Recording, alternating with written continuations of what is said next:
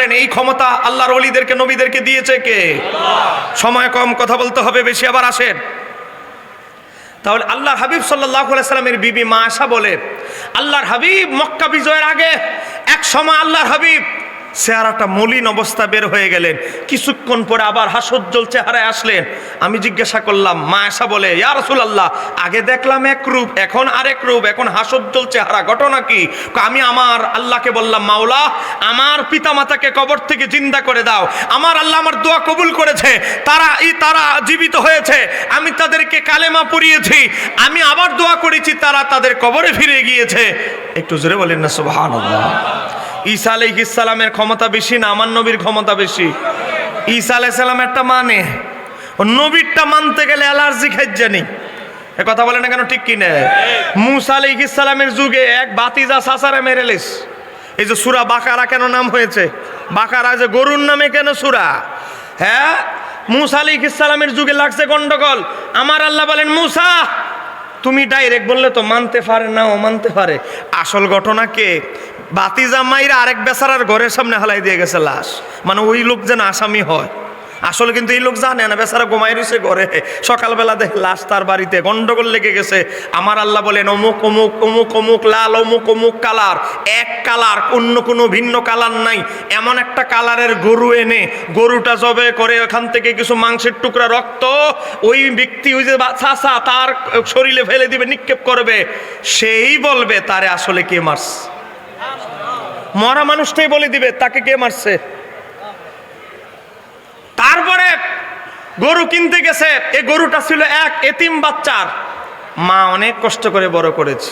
মা বলছে, ভূত, ছেলে, এক দামে বিক্রি করবে, এত দিনার, মানে ওই যুগের মুদ্রা, এত মুদ্রা, কমও না বেশিও না। আয়েশা বলে, গরু তো এইটা, আর এই কালারের কথাই তো মুসা আলাইহিস সালাম বলছে। গরু কিনতে আসছে, গরু কিনতে এসে দেখে দাম চাইছে, দ্বিগুণ দাম চাইতেছে। হ্যাঁ, গরু কিনা যাবে না, গরু তো আর কালারে মিলতেছে না, চলে গেছে। আরে গরু যতই দাম হোক, গরু এটাই লাগবে। বেচারা ছেলেরে বলে দিছে, এই দামেই বিক্রি করতে হবে, কম হবে না, বেশি হবে না। গরু নিয়ে বাড়িতে চলে গেছে। মা বলে, আজকে আবার বাজারে যা। আবার বাজারে গেছে, ওই মুসা আলাইহিস সালামের কওমের লোক বলে, এই দাও গরু দাও, এত টাকা নাও। না, আমার মা বলছে একদিন আরো 1 টাকা বেশি। কালকা কইলো একটা, আজকে আবার দাম বেড়ে গেছে। এটা আমার মায়ের কথা। মুসা আলাইহিস সালামের কওমের লোকরা অতিরিক্ত তর্কবাজ ছিল, এরা আবার চলে গেছে। মুসা আলাইহিস সালাম দিছে আরেক ধমক, গরু এটাই আনতে হবে। আনছে, আবার আসছে, এবার আমার মা বলছে আরো 1 টাকা বেশি। একটু জোরে বলেন না সুবহানাল্লাহ। দিন যত যাচ্ছে দামও বাড়তেছে। সর্বশেষে গরু জবে করে এটার গোস্তের টুকরা রক্ত যখন ওই মৃত ব্যক্তির শরীরে দিয়ে দিল, ওই ব্যক্তি বলতে লাগলো, আমারে খুন করছে আমার ভাতিজারা, আমার তো কোনো সন্তানাদি নাই, আমার ভাতিজারা কখন আমার টিয়া পয়সা খাইব, সহ্য হইতেছে না। আমি মরার সময় তারা গনতেছে, কিন্তু আমি মরতেছি না, এজন্য তারা মেরে আমার সম্পদ বুক করার জন্য আরেকজনের বাড়িতে রেখে এসেছে। একটু জোরে বলেন না সুবহানাল্লাহ। একটা গরুর টুকরা দিয়ে যদি মৃত ব্যক্তি কথা বলতে পারে, তার কথা সাক্ষী দিতে পারে, কথা বলতে পারে, আমার নবী চাইলে তার পিতামাতাকে জীবিত করার ক্ষমতা আমার নবীর আছে না নাই? হ্যাঁ, কথা বলেন, আছে না নাই? ওয়াহাবীদের ঈমান যতই হোক, আমাদের ঈমান আছে, কথা বলে না কেন, ঠিক কি রে? এবার আসেন, আমি মূল কথায় যাচ্ছি, একটু মহাব্বতে বলি আল্লাহুম্মা।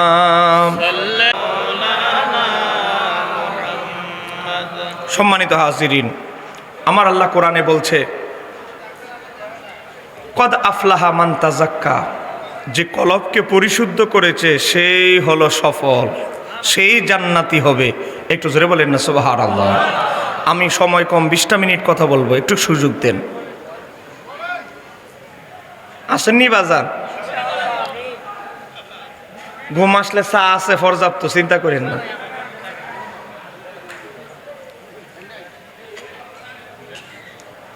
এখন কলব এটা পবিত্র হয়, আবার অপবিত্র হয়, কথা বলেন না কেন? কিছু রোগ আছে, গুনাহ আছে, এগুলো প্রকাশ্য দেখা যায়। কিছু গুনাহ আছে, এগুলো প্রকাশ্যে দেখা যায় না। যেমন হিংসা, হিংসা কি চোখে দেখা যায়? রিয়া, এটাকে চোখে দেখা যায়? অহংকার, এটাকে চোখে দেখা যায়? হুব্বুদ দুনিয়া, দুনিয়ার প্রতি আসক্ততা, মায়া, এটাকে চোখে দেখা যায়? কিছু এমন পাপ আছে যেগুলো কি ইমাম গাজ্জালি বলেছে মুহলিকাত, ধ্বংসকারী, কলবকে আত্মা ধ্বংসকারী। ইমাম গাজ্জালির ভাষা এগুলো 10টা, আরো ইমামরা যুক্ত করছে, ইমাম সারওয়ার্দী সহ কিছু যুক্ত করেছে। এবার আসে, আমার আল্লাহ বলে আপনি জান্নাতের আশে ঘুমাইতেছেন, আর রাজনীতি ওয়াজ করতেছেন, ইসলামরে বিক্রি করতেছেন, কিন্তু আমার আল্লাহ বলে জান্নাতি হবে তারা কদ আফলাহা মান তাজাক্কা, যারা তাদের আত্মাকে পরিশুদ্ধ করেছে। আত্মাকে পরিশুদ্ধকারী ব্যক্তি হচ্ছে পীর মাশায়েখ, যাদেরকে আরবি ভাষা বলা হয় মুর্শেদ, ফার্সি ভাষায় বলা হয় পীর। এই কথা বলেন না কেন, ঠিক কিনা?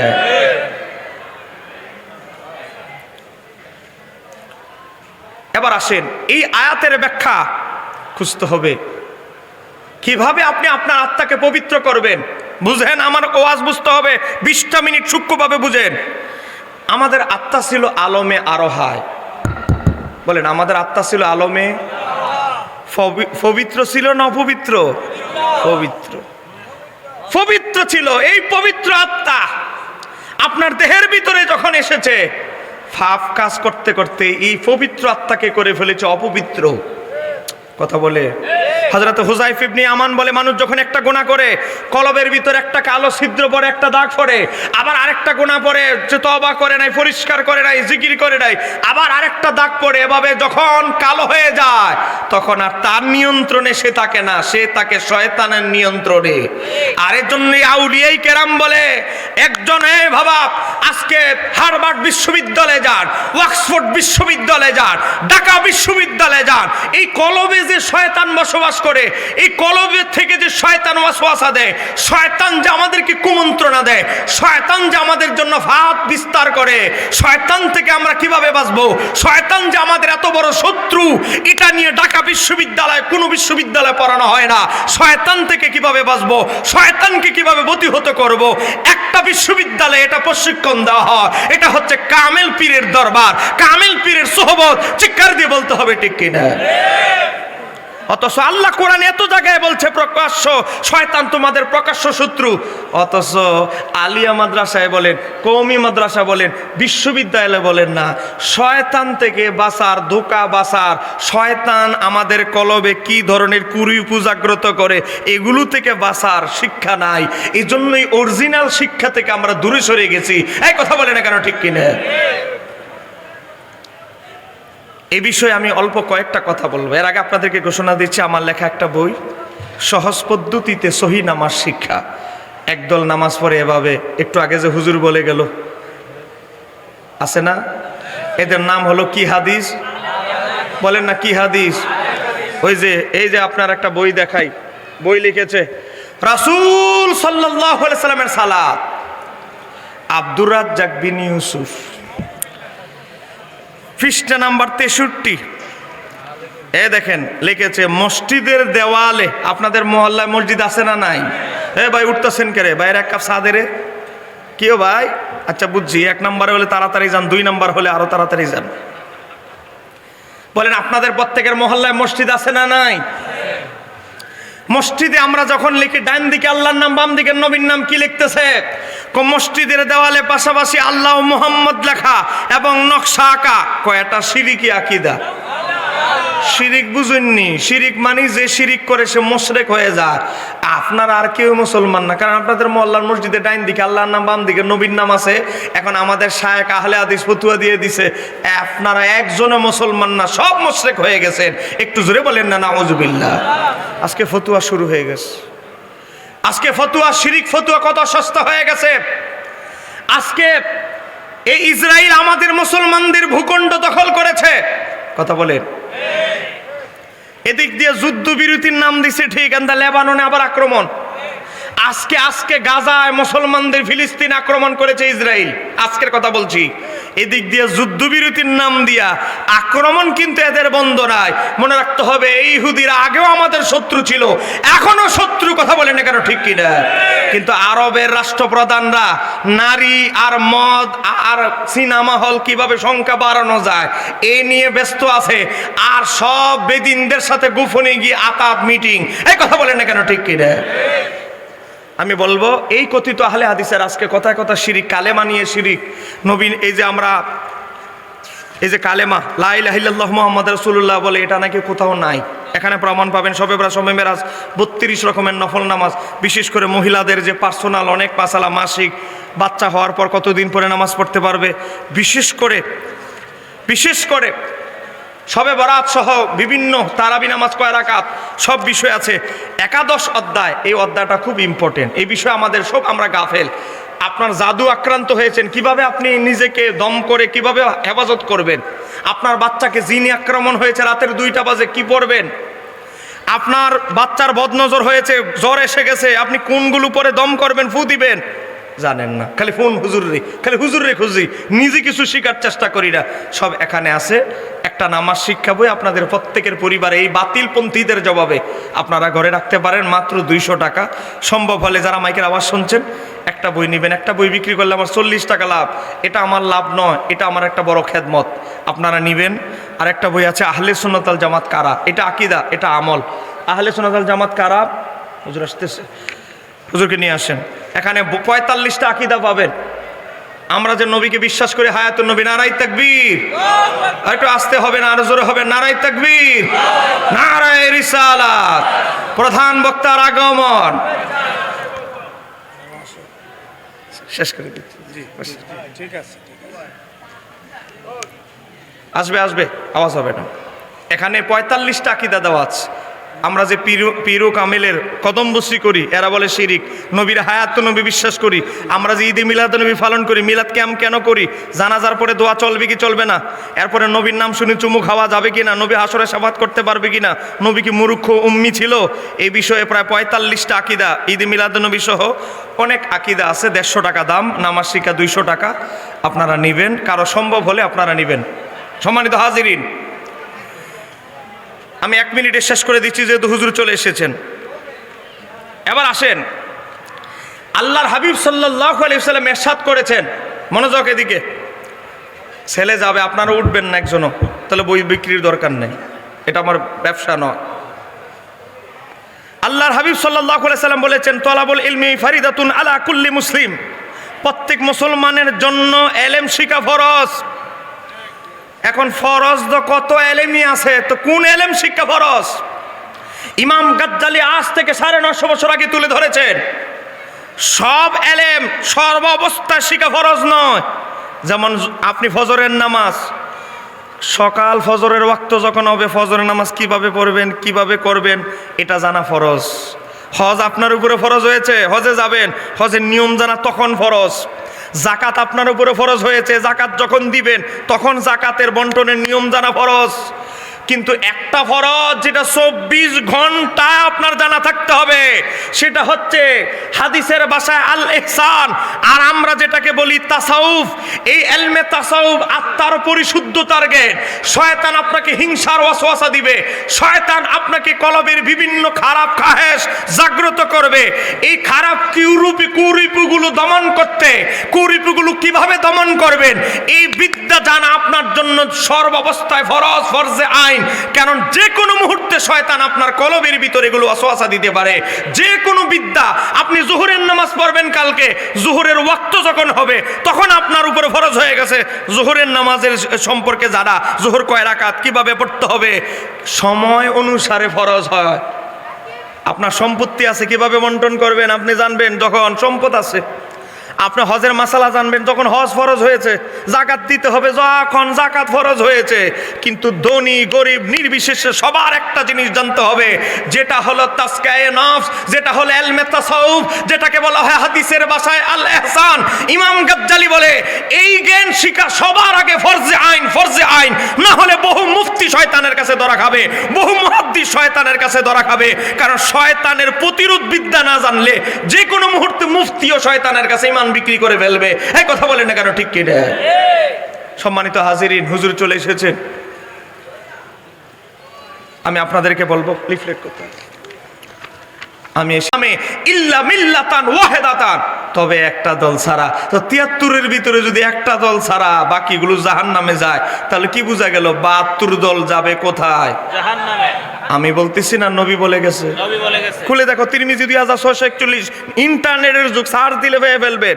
এবার আসেন, তাহলে এই হাদিস থেকে আমরা ১ নম্বর মেসেজ যেটা পাইলাম, দুনিয়াতে দল ৭৩টা হলেও আখেরাতে দল হবে 2টা, একটা দল জান্নাতি, ৭২ দল জাহান্নামী। জান্নাতি জাহান্নামী, জান্নাতি জাহান্নামী, কথা বলে। দুনিয়াতে সাইনবোর্ড আলাদা, শিয়া, খারিজি, ওহাবি, অমুক অমুক, নাম আলাদা। বাড়িঘর কিন্তু এক জায়গায় হবে, জাহান্নাম। বলে নাম আলাদা কিন্তু বাড়িঘর কয় জায়গায়? এক জায়গায়। সব ট্রেনের বগি আলাদা, খারিজির ট্রেনের বগি আলাদা, প্ল্যাটফর্ম বগি, বুঝেন না? ট্রেনের বগি থাকে না, ক খ গ, ট্রেনের বগি ৭২টা আলাদা আলাদা হলেও এদের ট্রেন কিন্তু যাবে গন্তব্য একটা। আমার নবী বলেছেন সেটা হচ্ছে জাহান্নাম, কথা বলে। আর আহলে সুন্নাত ওয়াল জামাতের ট্রেনের বগি 1 2 3 4 1 কোটিও যদি হয়, আহলে সুন্নাত ওয়াল জামাতের ট্রেনের বগি যাবে জান্নাতে, কথা বলেন ঠিক কি না? এই প্রসঙ্গে আমার আল্লাহ কোরআন একটা আয়াত নাজিল করেছে। কোরআনে আহলে সুন্নাত ওয়াল জামাতের কথা আছে। আমার ভাইরা বলে কোরআন দিয়ে বিদা, কোরআন দিয়ে রাষ্ট্র পরিচালনা করতে চাই, যদিও আবার নির্বাচনের 20 দিন আগে কয় না আমরা শরিয়া আইন চাই না, কথা বলে না কেন ঠিক কি না? সারা জীবন ভোট কালেকশন করছে, ইসলাম প্রতিষ্ঠা করবে, শরিয়া আইন চাই। যখন দেখতেছে পাবলিক খায় না, পাবলিকের ভোট কালেকশনের জন্য এখন কয় আর শরিয়া আইন চাই না। কথা বলেন, ইসলামের নামে কত কিছু যে চলতেছে, এজন্য সঠিক ইসলাম চিনতে হবে, চিনতে হবে। কথা বলেন ঠিক কি না? দাওয়াত দিলে দিবেন, না দিলে নাই, হক কথা বলে যাব। আমার এত দাওয়াতের দরকার নাই, শুধু আমার হক কথা বলার দরকার, কথা বলে। ইমাম ইবনে কাসির, তাফসীর ইবনে কাসির লিখতেছে কোরআনে সূরা আল ইমরানে আল্লাহ বলছে ইয়াউমা তাবিয়াদ্দু উজুহুন, হাসরের ময়দানে উম্মতি মুহাম্মাদির এক দলের চেহারা হবে নূরানি, শুভ্র, যাদের চেহারা থেকে নূর নূর চমকাতে থাকবে। আরেক দলের চেহারা হবে কি ওয়া তাসওয়াদ্দু উজুহুন, আমাবস্যার রাত কেমনি ভাবে অন্ধকার, অন্ধকারময়, হাজারে আসওয়াদ পাথর কি কালো, তার চাইতে ভয়ঙ্কর কালো হবে, তার চাইতে ভয়ঙ্কর আকৃতি হবে এক শ্রেণীর উম্মত মুহাম্মাদী। ইমাম ইবনে কাসির লেখে 750 বছর আগে, অবিশ্ববাসী জানো হাসরের ময়দানে কাদের চেহারা থেকে নূর চমকাবে জানো? ইমাম ইবনে কাসির লেখে ওয়া তাবহিনা তাবিয়াদ্দু উজুহুন, ইমাম ইবনে কাসির লেখে হাসরের ময়দানে যাদের চেহারা থেকে নূর চমকাবে সেই দলের নাম হলো আহলে সুন্নাত ওয়াল জামাত। আল্লাহু আকবার, ইয়া রাসূলুল্লাহ, ইয়া রাসূলুল্লাহ, জিন্দাবাদ জিন্দাবাদ। এই দেখেন আহলে সুন্নাত ওয়াল জামাতের নাম এদের কিতাবে আছে, আবার স্পষ্ট লেখা হাসরের ময়দানে আহলে সুন্নাত ওয়াল জামাতের অনুসারীদের চেহারা হবে নুরানি, আর এই দলটাই একদল একমাত্র জান্নাতি। জোরে কর না মারহাবা। আমার ভাই পাশে বসা ভাই, আপনি বলেন আহলে সুন্নাত ওয়াল জামাত 3টা শব্দ আছে না নাই? তো কালো হবে কাদের চেহারা? এবার ইমাম ইবনে কাসির লেখে ওয়া তাসওয়াদ্দু উজুহুন, কাদের চেহারা কুৎসিত হবে? আহলিল বিদআতি ওয়াল ফিরকাতি, যত 72 ফিরকার গোষ্ঠী আছে এদের চেহারা আমার আল্লাহ সিলগালা মেরে দিবেন, যেন জান্নাতি মানুষ তাদেরকে পার্থক্য করতে পারে। আপনি কইবেন এটা তো অমুকের ফলা, অমুক, হ্যাঁ তো অমুক বাহিনীতে যোগদান করছিল, ইজিদ রহমতুল্লাহ আলাইহি বাহিনীতে। এর অবস্থা তো আল্লাহ চেহারার মাঝে এমন সিল মেরে দিছে। ও বাবা, তাহলে ইমাম ইবনে কাসির লেখে সূক্ষ্ম কথা, কয় একমাত্র আহলে সুন্নাত ওয়াল জামাতের চেহারা নুরানি হবে, জান্নাতি হবে, বাতিল ফেরকার চেহারা কুৎসিত হবে। 750 বছর আগের লেখক বলে কয় এটা কি আমার ব্যক্তিগত ব্যাখ্যা? নো নো নো, এটা আমার ব্যক্তিগত ব্যাখ্যা না। কার ব্যাখ্যা? ক্বালাহু ইবনে আব্বাস রাদিয়াল্লাহু তাআলা আনহুমা, নবীর সাহাবীদের যুগ থেকে কিয়ামত পর্যন্ত উম্মতের যিনি সবচেয়ে বড় মুফাসসির হযরত আব্দুল্লাহ ইবনে আব্বাস এই ব্যাখ্যা করেছে। চিৎকার দিয়ে বলতে হবে সুবহানাল্লাহ। মনে রাখতে হবে আমরা কোরআন শিখেছি আমাদের ওস্তাদ থেকে, আমাদের ওস্তাদ কোরআন শিখেছে তাদের ওস্তাদ থেকে, আর সাহাবীরা কোরআন শিখেছে স্বয়ং রহমাতুল লিল আলামিনের দরবার থেকে। তাহলে তাদের তাফসীর করা আমাদের তাফসীর কি এক? কোরআন নাজিল হতে সাহাবীরা দেখেছে হযরত আব্দুল্লাহ ইবনে আব্বাসকে যিনি সাহাবীদের ভিতরে সবচেয়ে বড় মুফাসসির হযরত আব্দুল্লাহ ইবনে আব্বাস বলে, হে বিশ্ববাসী, জানো আমি কিভাবে মুফাসসির হয়েছি? আল্লাহর হাবিবের অজুর পানির লোটা বদনা টানতে টানতে আমি দুনিয়ার মুফাসসির হয়ে গেছি। সুবহানাল্লাহ। কিভাবে হলেন? শীতকালে তাহাজ্জুদের সময় আমার ঘুম ভেঙে গেছে, বয়স হলো 10। বলেন বয়স কত? আমি যে হাদিস বলছি সহিহ বুখারী হাদিস নাম্বার 140। আমার বয়স 10, ঘুম ভেঙে গেছে। চিন্তা করলাম ঘুমটা যেহেতু ভেঙে গেছে, তাহাজ্জুদের সময় হয়ে গেছে, এখন ঘুমাইলে আর ফজর পড়তে পারবো না। হযরত আব্দুল্লাহ ইবনে আব্বাস কি করলেন? চুলায় আগুন ধরালেন, গরম পানি করলেন।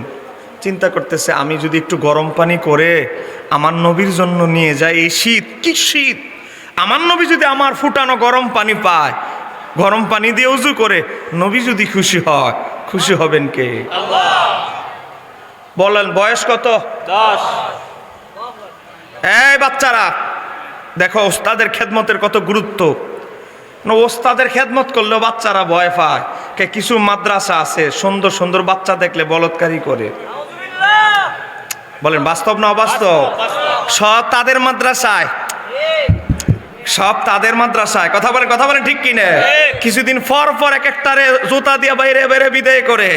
এগুলো যদি আমাদের সুন্নি মাদ্রাসায় হতো, আরো কত কথা। আমরা মাজার জিয়ারত করি, কয় পূজা, বলৎকারে যদি করতাম আমরা তো দেশেই থাকতে পারতাম না। এই কথা বলে না কেন, ঠিক কিনা? রাগ করতেছেন নাকি? আমি হক কথা বলি, আমি দাওয়াতের পূজারি নই, আমি মাওলার সন্তুষ্টের জন্য কথা বলি। বলেন রিজিকের চাবিকাঠি কার হাতে? এবার আসেন, আধা ঘন্টা কেমনে জানি হয়ে গেছে, সময় কত দ্রুত চলে যায়। হযরতে আব্দুল্লাহ ইবনে আব্বাস বলে, আমি গরম পানি করে দাঁড়ায় আছি। আল্লাহর হাবিব হাজত থেকে আসলেন। নবী বলে, এটা কি আমার ভাই চাচাতো ভাই আব্দুল্লাহ না? তুমি এত কনকনে শীতে আমার জন্য পানি করে নিয়ে এসেছো? কে ইয়া রাসূলুল্লাহ, আমার তাহাজ্জুদের সময় ঘুমটা ভেঙে গেছে, চিন্তা করলাম আপনার জন্য যদি একটু গরম পানি ফুটিয়ে নিয়ে আসি, আপনি খুশি হবেন। নবী সত্যি খুশি হলেন। আবার পরের দিন আবার একই ঘটনা ঘটলো, পানি নিয়ে দাঁড়ায় আছে, গরম পানি নিয়ে, আরো বেশি খুশি হলেন। পরের দিন এত বেশি খুশি হলেন, হযরত আব্দুল্লাহ ইবনে আব্বাস বলে, আল্লাহর হাবিবের সিনা মোবারকের সাথে আমার সিনা লাগাইলেন আর দোয়া করলেন, আল্লাহুম্মা, ও আমার মাওলা, আমার চাচাতো ভাইকে ফাকিহুদ্দিন, দ্বীনের ফকি বানায়া দাও, ও আল্লিমুহুত তাবিল, কোরআনের মুফাসসির বানায়া দাও। হে দুনিয়াবাসী, 10 বছর বয়সে নবীর সিনার সাথে আমার সিনা লাগতে দেরি, নবীর জবান থেকে বের হতে দেরি, আমি দুনিয়ার সবচেয়ে বড় মুফাসসির হয়ে গেলাম। দুনিয়ার সবচেয়ে বড় 7 জন মুফতির সাহাবীদের ভিতরে 7 জনের ভিতরে আমি একজন হয়ে গেলাম। একটু জোরে বলেন না সুবহানাল্লাহ। যেখানে নবীর সিনার সাথে সিনা লাগলে দুনিয়ার বড় মুফাসসির হয়, আর এই যুগের ওয়াহাবি হুজুররা ওয়াজ করে নবী নিরক্ষর মূর্খ ছিল। যার সিনার সাথে লাগলে দুনিয়ার সবচেয়ে বড় মুফাসসির হয়, আর উনি উল্টা মূর্খ। ওয়াজের বাজারে তো তাই চলতেছে। কথা বলেন ঠিক কি না? কয় কি কয় 40 বছর বয়সে নবুয়ত লাভ করেছে। বলেন বলে কি বলে না? আবার বলে কিছুদিন আগে এক বক্তা, নবী শব্দের অর্থ সাংবাদিক। কি সাংঘাতিক মুফাসসির, চিন্তা করে। সাংবাদিককে রোডে গাড়ি থেকে সংবাদ সংগ্রহ করে পরিবেশন করে, তো নবীরা কি রোডে গাড়ি থেকে সংবাদ নিয়ে মানুষকে দিত? কিসের সাথে কি? আমাদের কুমিল্লার ভাষায় বলে গায়ের ডেয়া গোড়ার মধ্যে লাগাই দিস। কোথায় নবী?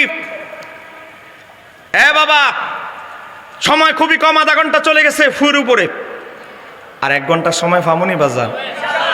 আধা ঘন্টা গেছে, খেয়াল করতে পারি না, এখন খেয়াল করে কমু আর কি 1 ঘন্টা। কি বলেন, 1 ঘন্টা চলবে তো? মাশাল্লাহ, একটা শৃঙ্খলা আসছে, ফাঁকা জায়গা ছিল, এগুলো ফিল আপ হয়েছে, মাশাল্লাহ, এটা খুব ভালো লাগলো। কিছু কিছু একের কোনার মাঝে আছে, এগুলো আপনারা একটু ভরাট করে দেন। আর আমাদের অনেক ভাইয়েরা আছে দাঁড়ায়, ভালো লাগলে দাঁড়ায় থাকেন, আর মন চাইলে বসতে পারেন, কোনো অসুবিধা নেই। এখন আবার অসুবিধা, দাঁড়ানো লোক করে বসতে গেলে আবার চলে যায়। মনোযোগ, আজকে তাফসিরের নামে কি চলে? সময় খুব কম, আমার আলোচনার বিষয় থেকে আবার লড়ে গেলে আরেক যন্ত্রণা। আপনাদেরকে জাস্ট একটা করে দলিল দিচ্ছি। আপনারা বলেন, আমার নবীর মর্যাদা বেশি না ঈসা আলাইহিস সালামের মর্যাদা বেশি? ঈসা আলাইহিস সালাম যখন জন্মগ্রহণ করলেন, মনোযোগ, দলিল বেশি লাগে না, বুঝের মতো দলিল হলে একটাই যথেষ্ট। ঈসা আলাইহিস সালামের মাকে ইহুদিরা অপবাদ দিতে লাগলো। বিবি মারিয়ম, অপবাদ এটা কিন্তু খুব কঠিন ব্যথা বেদনা, কেউ মারছে সেলাই করলে শুকায় যাবে, কিন্তু অপবাদ এটা কিন্তু অনেক মারাত্মক একটা ভারী বস্তু, এটা সবাই বহন করতে পারে না। সতী নারীর যদি অপবাদ দিয়ে চড়ায় দেয়, এ মহিলার চরিত্র খারাপ, তার হৃদয় ভেঙে যাবে, কারণ সে তো খারাপ কাজ করে নাই। অপবাদ এটা খুব ভারী জিনিস। হযরতে বিবি মারিয়ম কঠিন যন্ত্রণায় পরীক্ষায় পড়ে গেলেন। মাওলাকে বললেন, মাওলা আমি কি করব? ঘোষণা দাও, তোমার ছেলে আগামীকাল তোমার এই শিশু বাচ্চা তার পরিচয় প্রকাশ করবে। একটু জোরে বলেন না সুবহানাল্লাহ। কি 2.5 দিনের 3 দিনের বাচ্চা কথা বলবে? ভাইরাল হয়ে গেছে খবর, পুরুষের চেয়ে মহিলা 10 গুণ। মহিলারা তো খবর পাইলে সারছে, হাজার হাজার মানুষ জড়ো হয়ে গেছে। বিবি মারিয়মের বাচ্চা তার পরিচয় বলবে, 2.5 দিনের শিশু 3 দিনের শিশু কথা বলবে। হযরতে বিবি মারিয়মকে ইহুদি আলেমরা প্রশ্ন করতে লাগলো, মারিয়ম বলো, তোমার শিশুকে বলো, বলতে বলো, তার পরিচয় বলতে বলো। আমার আল্লাহ কোরআনুল কারিমে এই ঘটনা তুলে ধরেছেন সূরা মারিয়মের ভিতরে আয়াত নাম্বার 30। কলা, তখন ঈসা আলাইহিস সালাম বলতে লাগলেন, হ্যাঁ বনি ইসরাইল শোনো, ইন্নী আব্দুল্লাহ, আমি ঈসা আল্লাহর বান্দা। একটু জোরে বলেন না সুবহানাল্লাহ। আর এখন খ্রিস্টানরা কয় আল্লাহর পুত্র। আচ্ছা, যাকে আল্লাহ পাঠাইছে উনি কয় আল্লাহর বান্দা, আর এই খ্রিস্টানরা কয় ঈসা আলাইহিস সালাম আল্লাহর পুত্র। তাহলে ঈসা আলাইহিস সালামের সাথে এখন বর্তমানে খ্রিস্টানদের কথা কর্মে কোনো মিল আছে? সূরা মারিয়ম 30 নম্বর আয়াত বলছে, কলা, ঈসা আলাইহিস সালাম বললেন, 2.5 দিনের শিশু বলতেছে, ইন্নী আব্দুল্লাহ, আমি আল্লাহর বান্দা। আমার পরিচয় জানো, আমার পদবি জানো? আতানিল কিতাবা, আল্লাহ আমাকে কিতাব দিয়েছেন। একটু জোরে বলেন না সুবহানাল্লাহ। কিতাব দিবে পরিপক্ক বয়স হলে, কিন্তু উনি অগ্রিম অ্যাডভান্স গায়েবের সংবাদ দিয়ে দিচ্ছে, আতানিল কিতাবা, আমাকে আল্লাহ কিতাব দিয়েছে। এখানেই শেষ নয়, ওয়াজা আলানি নবিয়ান, আমাকে আল্লাহ নবী বানিয়েছে। 2.5 দিনের শিশু, তিনি বলতেছে আল্লাহ আমারে নবী বানাইছে, আমারে কিতাব দিয়েছে। ঈসা নবী যদি 2.5 দিনের বাচ্চা থাকা অবস্থায় বুঝতে পারে তিনি নবী, আমার নবীর বুঝতে 40 বছর লাগছে? এ বাবা, জাকারিয়া আলাইহিস সালাম, ইয়াহিয়া আলাইহিস সালাম 6 বছর বয়স। বলেন বয়স কত? 6। মাঠে গেছে, এক ঝাঁক বন্ধুরা এসে ধরছে। তাফসিরে দুররে মানসুর থেকে বলছি, 4 নম্বর খণ্ড 470 পৃষ্ঠা সূরা মারিয়মের ব্যাখ্যা। হযরত ইয়াহিয়া আলাইহিস সালামকে বন্ধুরা এসে ধরেছে, ও ইয়াহিয়া চলো একটু খেলাধুলা করে আস। হযরত ইয়াহিয়া আলাইহিস সালাম বললেন, ফাকালা, তিনি বললেন, মা লিল্লাইবি খুলিকতু, আমারে আল্লাহ খেলাধুলার জন্য বানায় নাই, আমার জিম্মাদারের দায়িত্ব অনেক। একটু জোরে বলেন না সুবহানাল্লাহ। আমার আল্লাহ নবী বানাইছে খেলাধুলা করার জন্য, তোমরা যাও, আমার খেলাধুলার জন্য আল্লাহ বানায় নাই। একটু জোরে বলেন না সুবহানাল্লাহ। ইয়াহিয়া আলাইহিস সালাম 6 বছর বয়সে বুঝতে পারছেন তিনি নবী, আর আমার নবী বুঝতে 40 বছর লাগছে। একটু জোরে বলেন না নাউজুবিল্লাহ। এ বাবা, আমি আপনাদেরকে একটা উদাহরণ দিচ্ছি, আমার মূল কথায় চলে যাচ্ছে। এই যে দেখেন একটা কিতাব, এই কিতাবটার নাম হচ্ছে আল খাসাইসুল কুবরা, লিখেছেন 9ম শতাব্দীর মুজাদ্দিদ ইমাম জালালউদ্দিন সুয়ুতী, যিনি জাগ্রত অবস্থায় আমার নবীকে 72 বার দেখেছে। ইমাম জালালউদ্দিন সুয়ুতী আল খাসাইসুল কুবরা কিতাবের 1ম খণ্ড 69 নম্বর পেজের ভিতরে উল্লেখ করেছেন, নবীর পিতা আব্দুল্লাহ। আজকে তো দেখেন না, গতকালকের আগের দিন আমাদের কুমিল্লার এক বাটপার মৌলবী ফেসবুকে লাইভে এসে বলে নবীর পিতামাতা জাহান্নামী। আরেকটু জোরে বলে কমিটি বক্তা। তুমি কমিটির বক্তার মতোই থাকো। এখন সে আসছে নবীর পিতামাতার জাহান্নামের সার্টিফিকেট দিতে। বলে নবীর পিতামাতার জাহান্নামের সার্টিফিকেট দেওয়ার সে কে? কথা বলেন ঠিক কিনা? কোন তরিকাপন্থী দরবার, কোন আহলে সুন্নাত ওয়াল জামাতের দরবার নবীর পিতামাতা জাহান্নামী এই কথা বলতে আপনারা কোনোদিন শুনেছেন? আপনি যদি হক্কানি দরবারের বায়াত হন, সবার আগে আপনাকে ট্রেনিং দিবে, বাবা আকীদা ঠিক করো। 2 নাম্বার, তাসাউফ শিখতে হলে আগে আদব শিখো। হযরত ওমর বলে আগে আদব শিখো, এরপরে এলেম শিখো, এরপরে এলেম অনুযায়ী আমল করা শিখো, তারপরে সামর্থ্য থাকলে এটা সরায়া দেওয়ার চেষ্টা করো। কথা বলেন না কেন? ঠিক কি না? সময় কম, আমি আপনাদেরকে অল্প সময়ের মধ্যে শেষ করে দিচ্ছি। এবার আসেন, নবীর পিতা আব্দুল্লাহর জন্য অসংখ্য নারী দিওয়ানা ছিল। সিরাতে হালবিয়াতে আসছে 400 মহিলা। এ বাবা, স্বাধীনতার সময় আপনার গোটা একটা শহরে 400 মহিলা পাওয়া কঠিন, আর 1500 বছর আগে 400 মহিলা নবীর পিতার জন্য পাগল। 1500 বছর আগে 400 মহিলা কি মনে করছে? বিরাট ব্যাপার। কিন্তু নবীর পিতা আব্দুল্লাহর কাছে প্রেমের পত্র আসতো, কত কিছু আসতো, জানালা দিয়ে ডাক দিত, হা আব্দুল্লাহ, ফিরেও তাকাইতেন না। এই যুগে ছেলেরা মেয়েদের পিছে ঘুরে, আর ওই যুগে নবীর পিতা আব্দুল্লাহর পিছে মহিলারা ঘুরতো। এক মহিলা শাম দেশ থেকে মক্কা আসছে শুধু নবীর পিতাকে বিয়ে করার জন্য। সে আসছে, কোটি কোটি টাকার সম্পদ। সে তাওরাত কিতাব গবেষণা করে দেখে আখিরি নবী তার মায়ের গর্ভে আসার সময় বাকি আছে 10 দিন। বলেন কয়দিন? 10 দিন। 10 দিনের মধ্যে বিয়ে না করতে পারলে আব্দুল্লাহ রে আখিরি নবীর মা আমি হতে পারবো না। বহু বিয়ের পত্র ফাটাইছি, প্রেম পত্র ফাটাইছে, এখন ডাইরেক্ট অ্যাকশন। রাস্তায় অপেক্ষায় আছে, টোপ গিলতেছে, রাস্তায় অপেক্ষায় আছে কোন সময় আব্দুল্লাহ আসবে। আব্দুল্লাহকে রাস্তায় ধরলেন, ফায়ে পড়ে গেছে, এই মানারি পাশরা, দাঁড়াও, তোমার সাথে কথা বলবো। আমি তোমার বিয়ে করতে চাই। তুমি কে? আমার নাম ফাতেমা, ফাতেমা বিনতু মুর আল খাসআমিয়া। আমার বাবার নামে, আমি তাওরাত কিতাবের হাফেজা, এক খোদায় বিশ্বাসী, লিখতে জানি, পড়তে জানি, এবং এই যে ওটের পালগুলো দেখছো, শত শত ওট, এগুলো সব মালিক আমার বাবা। তুমি শুধু আজকে রাতের জন্য আমারে বিয়ে করো, আগামীকাল নবীর পিতাকে বলতেছে সব তোমার নামে সব সম্পত্তি দিয়ে দিব, বিনিময়ে চাই তোমার স্ত্রী হতে। একটু জোরে বলেন না সুবহানাল্লাহ। নবীর পিতা আব্দুল্লাহ বলে সম্ভব নয়। কেন? আমি দেখতে সুন্দর, শিক্ষিতা, লিখতে জানি, পড়তে জানি, আমি এক বাবার এক মেয়ে, সব সম্পদের উত্তরাধিকারী, সব তোমারে দিয়ালাম। তুমি শুধু আমারে এক রাতের জন্য বিয়ে করো, কালকে তালাক দিয়ে দিও। যদি আমারে পছন্দ না হয় তো আমি তোমারে একদিনের জন্য পেতে চাই। নবীর পিতা আব্দুল্লাহ বলে সম্ভব নয়, আমার বাবা আব্দুল মুত্তালিব আমার জন্য পাত্রী নির্বাচন করে রেখেছেন। একটু জোরে বলেন না।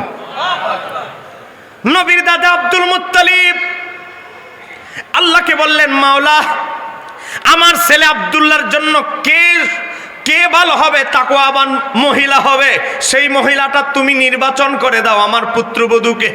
নবীর দাদা আব্দুল মুত্তালিব সিরাতে হালবিয়াতে এসেছে, ব্যবসার কাজে মদিনা শরীফে ইয়াসরিবে গেলেন। বন্ধু আব্দুল হাব জুহুরির বাড়িতে একটু ঘুমাইলেন। দিছে ঘুম, দুপুরবেলা ক্লান্ত শরীর, স্বপ্নের মাঝে দেখে নবীর পিতা আব্দুল্লাহ একটা ফুলের মালা নিয়ে মা মেনাকে মাল্যদান করেছে। নবীর দাদা ঘুম থেকে জাগ্রত হয়ে চিন্তা করতেছে, এটাই তো ভাতৃ, কিন্তু ভাতৃর চেহারা দেখলাম, ভাতৃ বাড়ি কই, নাম কি, বাপের নাম কি, কিছুই তো জানলাম না। একটু পরে দেখে টেবিলে খাবার সাজাচ্ছে একজন মহিলা, তাকায়া দেখে একটু আগে যাকে স্বপ্ন দেখেছে, দেখতেছে আব্দুল ওহাব জুহুরির ঘরেই সে পাত্রী উপস্থিত। একটু জোরে বলেন না সুবহানাল্লাহ। নবীর দাদা বলে, আরে ভাতৃদি ঘরের ভিতরেই আছে। বলে তোমার নাম কি? আমার নাম আমেনা বিনতে ওহাব। আমার বন্ধু আব্দুল ওহাবের মেয়ে। কহে আমার বন্ধুর মেয়ে এত বড় হয়ে গেছে আমি জানি না। খাইতে বসছে দুই বন্ধু, 30 বছরের বন্ধুত্ব নবীর নানা এবং নবীর দাদার সাথে। কয় বছর? আর এখন বন্ধু হইতে লাগে না 1 সপ্তাহ, ভাঙতেও লাগে না 1 সপ্তাহ, কারণ টেয়া হাওলা চাইলে কয় ব্লক করে দেয়, এই বন্ধুত্ব দরকার নাই। কথা বলে না কেন? ঠিক কি না? আর আগের বন্ধুত্ব দেখেন, রক্ত লাগলে রক্ত, কথা বলে না কেন? ঠিক কি না? সবকিছু দিতে প্রস্তুত। সম্মানিত হাজিরিন, নবীর দাদা বলে, আমার বন্ধু আব্দুল ওহাব, আচ্ছা তোমার সাথে যে আমার 30 বছরের বন্ধুত্ব, এর বিনিময়ে কোনো সময় তোমার কাছে কিছু চাইছি? না, আজকে একটা জিনিস চাই। কয়েছে কি চাও? আমার জান হাজির। জান লাগতো না, তবে জান এত কমও না, তোমার মেয়ে আমেনাকে আমার ছেলে আব্দুল্লাহর জন্য চাই। মনে রেখো, আমার ছেলে আব্দুল্লাহ হলো গোটা মক্কার নয়, গোটা আরবের সবচেয়ে সুদর্শন, দিনদার, তাকওয়াবান, সচ্চরিত্র ব্যক্তি। একটু জোরে বলেন না সুবহানাল্লাহ। তুমি খবর নিয়ে দেখো, আমার ছেলে আব্দুল্লাহ, আমার অন্য আরো ছেলে আছে, তাদের হিস্টোরি খুঁজে দেখো। আমার ছেলে আব্দুল্লাহর হিস্টোরি খুলে দেখো, তার চরিত্রে কোনো দাগ নাই, সে বহু মহিলার আসক্ত নয়। আমার ছেলে আব্দুল্লাহর জন্য তোমার মেয়ে আমেনাকে চাই। তুমি তো আমার জান চাইলে জান দিয়ে ফেলবো না, মেয়ে চাইছো, মেয়ের তো একটা সম্মতির দরকার। মা আমেনা পর্দার বাইরে থেকে শুনে বলে, আব্বা মুস্কি হাসি দিয়ে মাথা নাড়িয়ে উত্তর দিয়ে দিল, বাবা আপনি যেখানে আছেন আমার আর এখানে কোনো কথা নাই। বলে নবীর মা কে হবে, পছন্দ কার? আল্লাহ। মোল্লা খুঁজতে হবে, খুঁজতে হবে। এবার আসেন, এখন ওই মহিলা রাস্তায় ধরছে, আজকে আমার বিয়ে করতে হবে, কারণ হ্যাঁ তো বুঝে ফেলছে 9 আর 10 দিন বাকি আছে, 10 দিনের ভিতরে আখিরি নবীর নূরে মোহাম্মদী তার মায়ের গর্ভে চলে যাবে, টাইম তো নাই, আছে আর 9 দিন বাকি। না আমি তোমার বিয়ে করতে পারবো না, তবে তোমার যেহেতু গুণের শেষ নাই, সুন্দরী, রূপবতী, এক খোদায় বিশ্বাসী, শিল্পবতী, তো তুমি একটু আমার সময় দাও, তোমার পক্ষে আমি আমার বাবারে ওকালতি করবো, একটু সুপারিশ করব। ওয়াদা দিলাম। ওয়াদা দিলা তো? কয়দিনের মধ্যে? 2-3 দিনের মধ্যে আমি তাড়াতাড়ি তোমাকে জানাবো। নবীর পিতা আব্দুল্লাহ আসছে, কয় খবর তো ভালো না। তাড়াতাড়ি মদিনায় চলে গেল, বিয়ে হয়ে গেল মা আমেনার সাথে। হযরতে মা আমেনা বলে, আব্দুল্লাহ ইবনে আব্বাসের হাদিস, হযরতে আব্দুল্লাহ ইবনে আব্বাস থেকে হাদিস এসেছে 71 পৃষ্ঠায়। হযরতে মা আমেনা বলে, আমার স্বামী যখন বাসর ঘরে আমার কাছে ঢুকলেন, বাসর ঘরের দরজাটা লাগাইতে দেরি, আমার স্বামী আব্দুল্লাহর কপালে দেখলাম একটা নূর ঝলমল ঝলমল করছে। আমি ওই নূরের প্রতি এত আসক্ত, দিওয়ানা হয়ে গেলাম। আমি আমার স্বামীকে এমন নিকটবর্তী হলাম, ফাওয়াকাহলুহু, আমি আমার স্বামীর নিকটবর্তী হলাম, ফাহামালাত বিন নবী সাল্লাল্লাহু আলাইহি সাল্লাম, আমি আমার নবীর কাছে, আমার স্বামীর কাছে একত্রিত হলাম। আমার স্বামীর কপাল থেকে নূরটা অদৃশ্য হয়ে গেল, ফাহামালাত বিন নবী সাল্লাল্লাহু আলাইহি সাল্লাম, আর আল্লাহর হাবিব সঙ্গে সঙ্গে আমার গর্ভে চলে আসলো।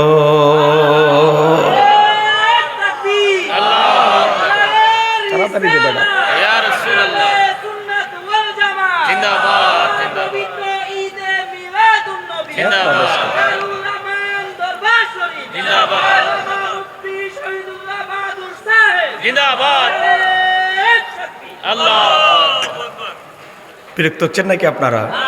নবীর সম্মান বললে কি আপনাদের কষ্ট হচ্ছে? এই দেখেন, এরপরের ঘটনা, আমরা বিয়ে করলে শ্বশুর বাড়িতে কিছুদিন বেড়াই। আপনাদের কেউ রংপুরে বলে এক ভাষা, আমাদের কুমিল্লায় বলে এক ভাষা, আমাদের অনেক জায়গায় কয় আট নাইর। আপনাদের রংপুরে বিভিন্ন জায়গায় কি বলে? শ্বশুর বাড়িতে নতুন বেড়ানিকে কি বলে?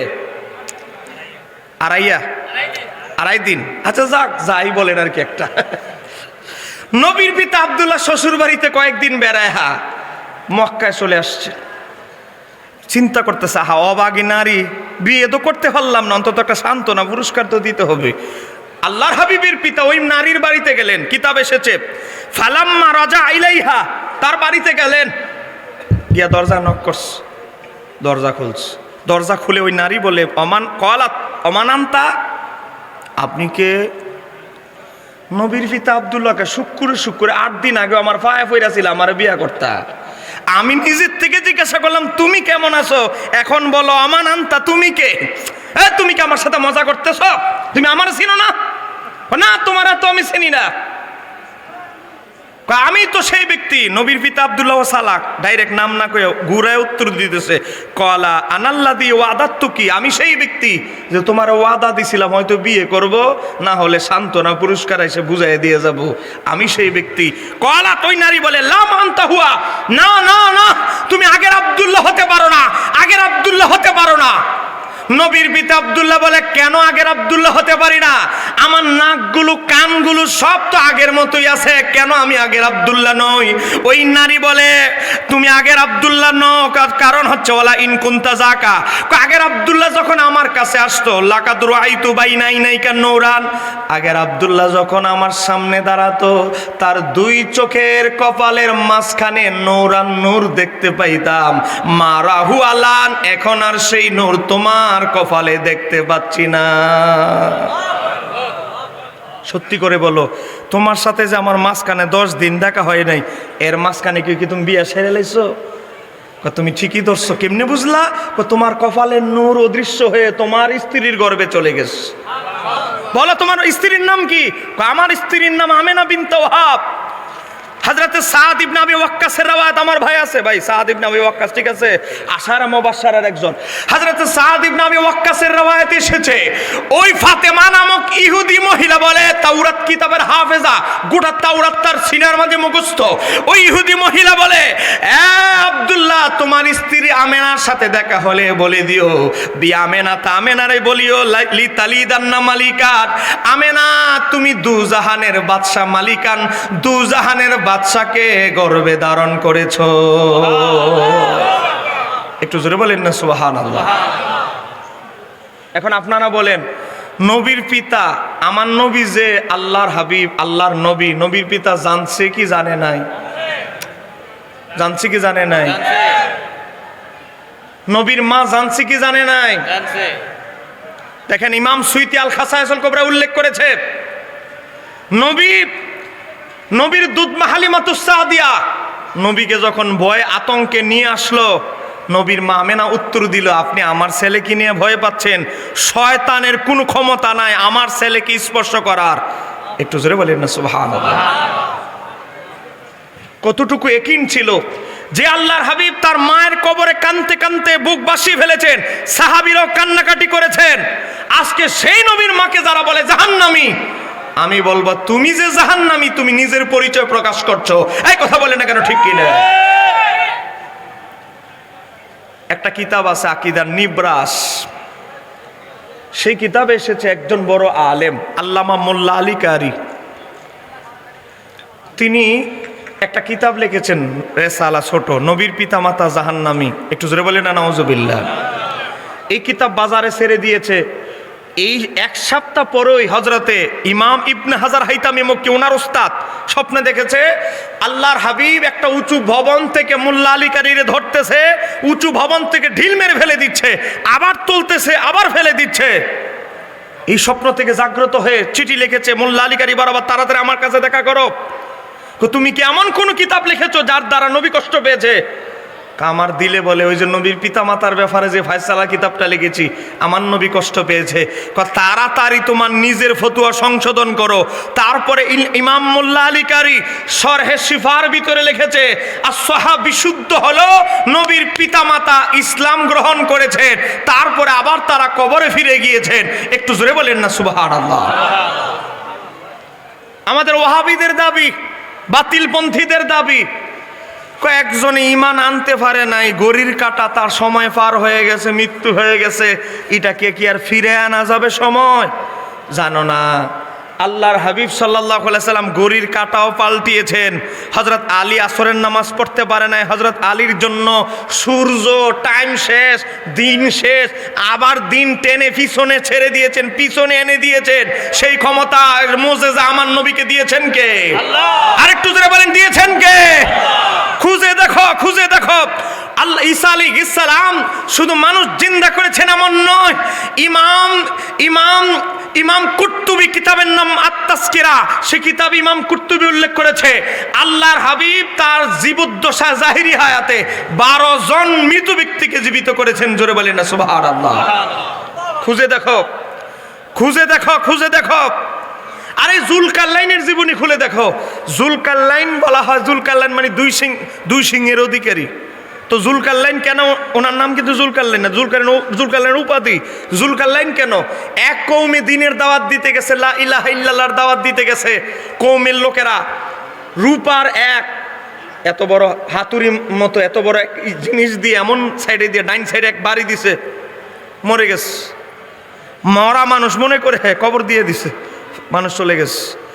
কিছুক্ষণ পরে আমার আল্লাহ তার দেহে আবার রূহ ফেরত দিয়েছেন, জুলকারনাইন জিন্দা হয়ে গেলেন। একটু জোরে বলে না সুবহানাল্লাহ। জিন্দা হয়ে আবার আরেক কওমের কাছে দাওয়াত দিতে গেছে। ইমাম জালালউদ্দিন সুয়ুতী তাফসীরে দুররে মানসুরে সূরা কাফের ব্যাখ্যা উল্লেখ করেছে। আরেক জায়গায় গেছে, এর আগে দিছে ডাইন সাইডে বাফুরি।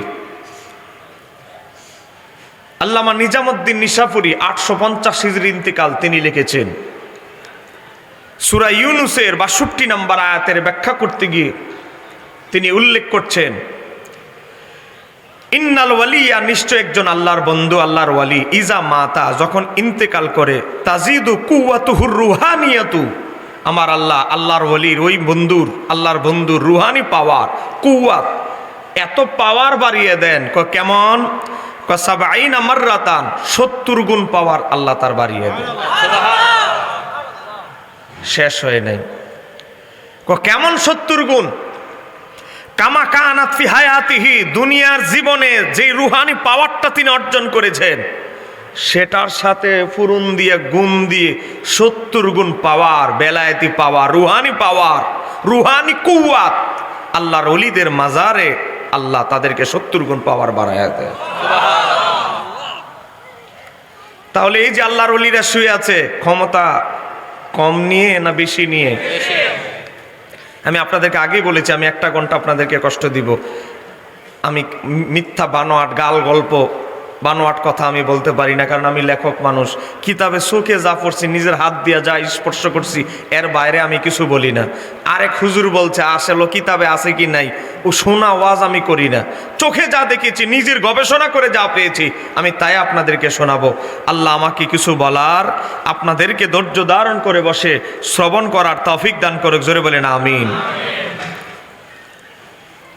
আমি আপনি ইন্তেকালের পরে আমার আপনার জিন্দেগিটা কবরের 4 দেয়ালে সীমাবদ্ধ থাকে, কিন্তু আল্লাহর ওয়ালির, মুমিনদের ভিতরে 2টা ক্লাস।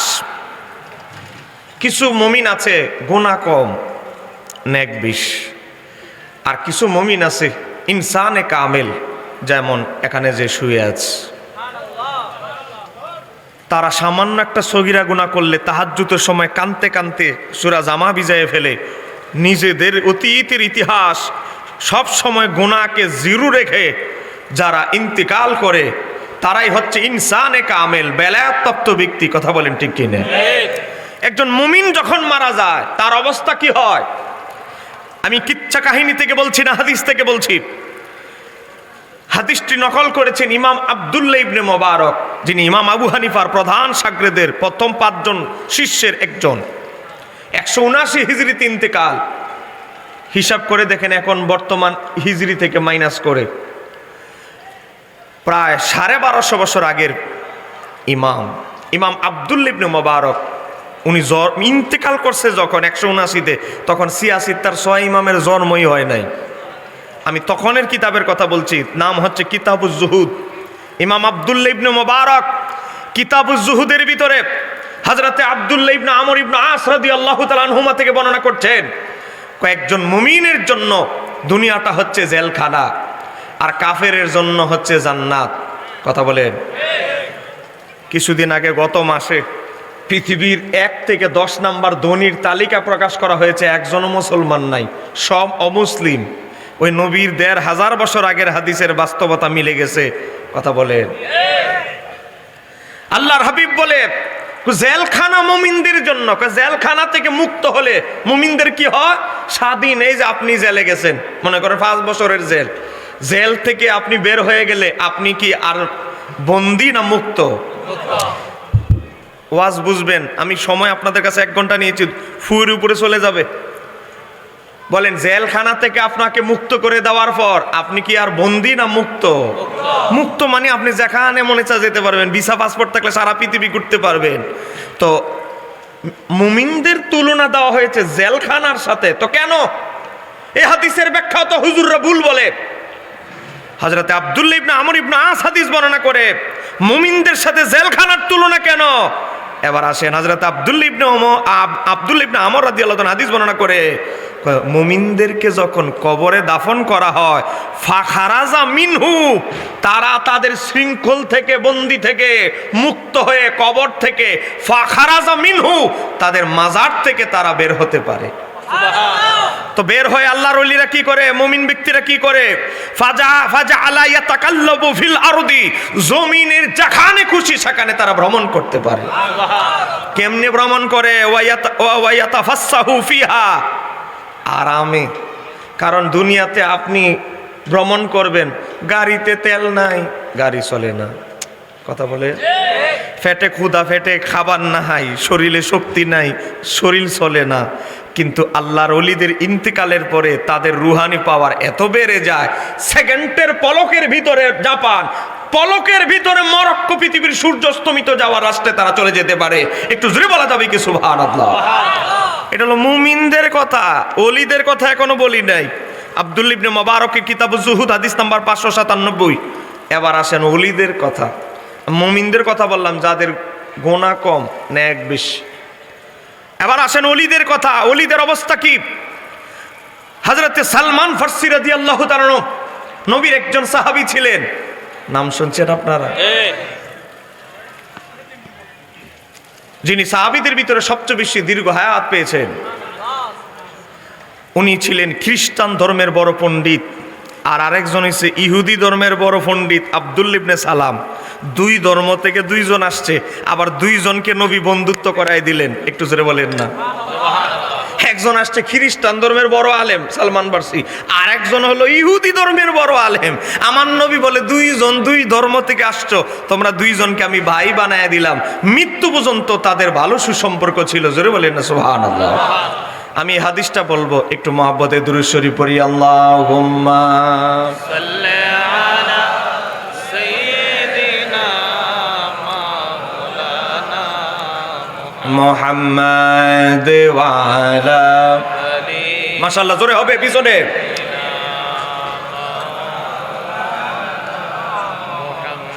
কোথায় আবু বকর, কোথায় ওমর, কোথায় উসমান, হে কোথায় আলী,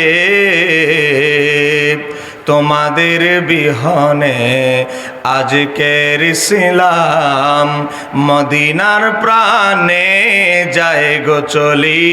আল্লাহুম্মা সাল্লি আলা সাইয়্যিদিনা মাওলানা মুহাম্মদ ওয়া আলা আলি সাইয়্যিদিনা মাওলানা। গভীর মনোযোগ। হঠাৎ একদিন ইন্তিকালের এই কয়েকদিন আগে হযরতে আব্দুল্লাহ ইবনে সালাম, যিনি ইহুদি ধর্মের বড় পণ্ডিত ছিলেন, মুসলমান হয়েছেন। তিনি হযরতে সালমান ফারসিকে বলে, ও ভাই সালমান, মনে হয় আমি বেশি দিন বেঁচে থাকবো না। আমি যদি বেঁচে থাকি, তোমার পক্ষ থেকে আমার সাথে যখন নবীর দেখা হবে, একটু জোরে বলি না সুবহানাল্লাহ। আমার ইন্তিকালের পরেই তো আমি স্বাধীন, জেলখানা থেকে মুক্ত, আমার সাথে রাসূলুল্লাহ সাক্ষাৎ হবে, তুমি সালমানের সালাম আমি নবীর কাছে পৌঁছায় দেব।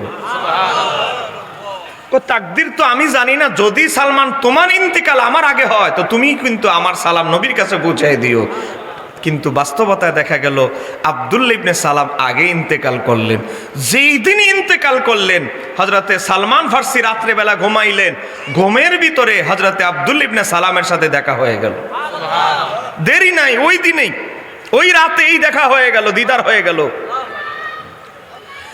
হযরতে সালমান ফারসি হযরতে আব্দুল্লাহ ইবনে সালামকে প্রশ্ন করে, ও আব্দুল্লাহ ইবনে সালাম, আল্লাহ তোমার সাথে কি আচরণ করেছে মুমিনদের সাথে? আব্দুল্লাহ ইবনে সালাম বলে, আল্লাহ যা ওয়াদা করেছে সব আমরা উপলব্ধি করেছি, উপভোগ করেছি, সব আমরা পেয়েছি। আল্লাহ আপনি জীবনে যে এত আমল করেছেন, কোন আমলটা আল্লাহ আপনার সবচেয়ে বেশি কবুল করেছে?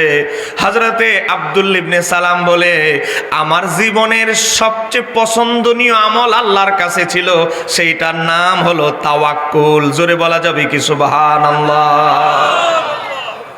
আজকে তাওয়াক্কুল কি?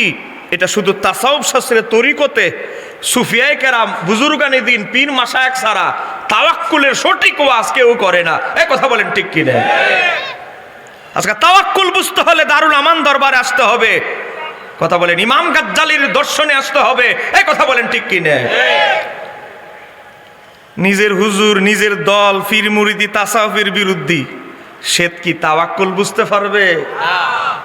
মুখে করবে মুখে তাওয়াক্কুল, বাইরে গিয়া দেখা যাবে দুনিয়ার প্রতি আসক্ততা। কথা বলেন না কেন ঠিক কি রে? হযরত সালমান ফার্সি প্রশ্ন করলেন, আপনার সাথে কি আল্লাহর হাবিবের দিদার হয়েছে? দেখা সাক্ষাৎ হয়েছে। আমাদের সাহাবীদের মধ্যে যারা আগে মারা গেছে সবার সাথে আমার দিদার হয়ে গেছে, দেখা হয়ে গেছে। এরপরে বললেন তাহলে আপনার মাকাম কি? একজন আপনি যে বুজুর্গ ব্যক্তি, কতটুকু পর্যন্ত আপনারা যেতে পারেন?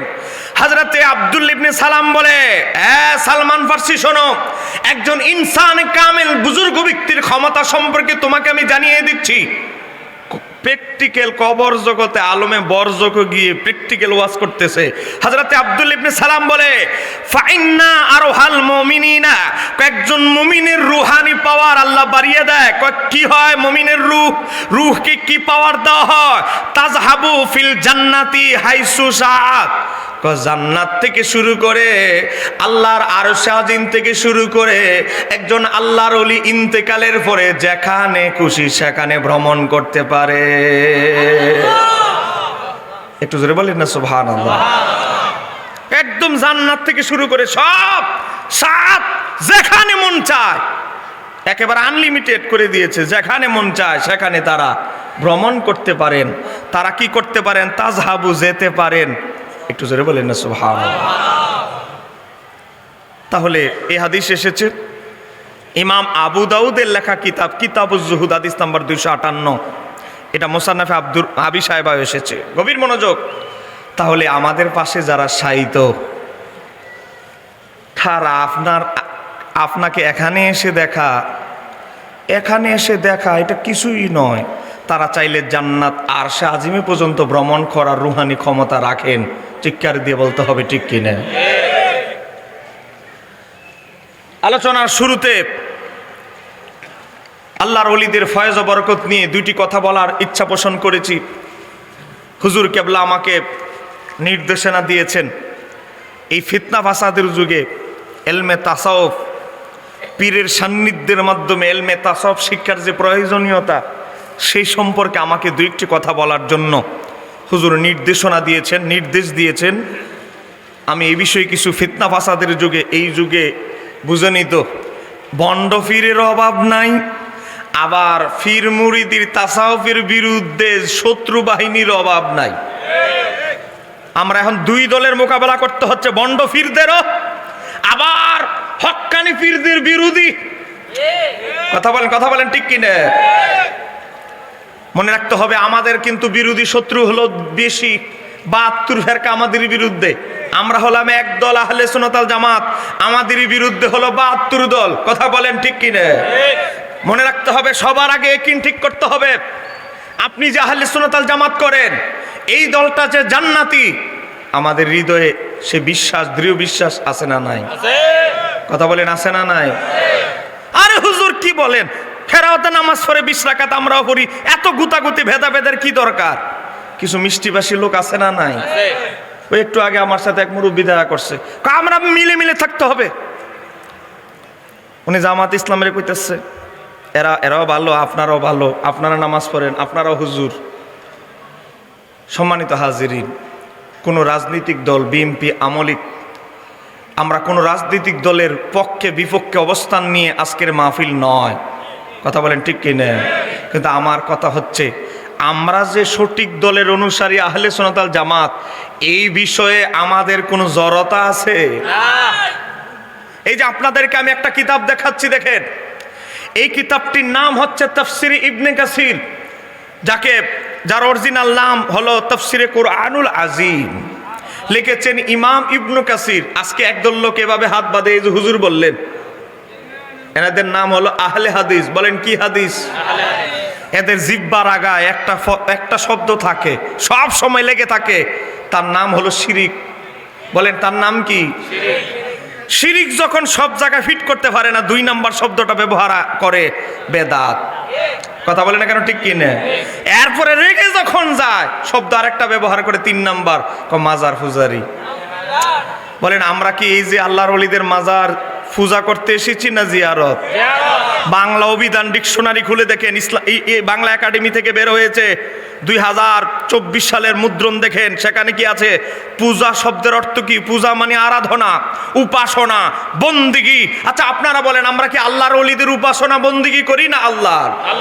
তাহলে তারা যে বলে আমরা মাজার পূজা করি, পূজা মানে মাজারের যিনি সাহিত্য তার ইবাদত বন্দিগি করি, উপাসনা করি, আরাধনা করি, বন্দিগি করি, এটা কি আমাদের সনে যে ব্যবহার করা হলো শব্দটা কি সঠিক না মিথ্যা? মিথ্যা।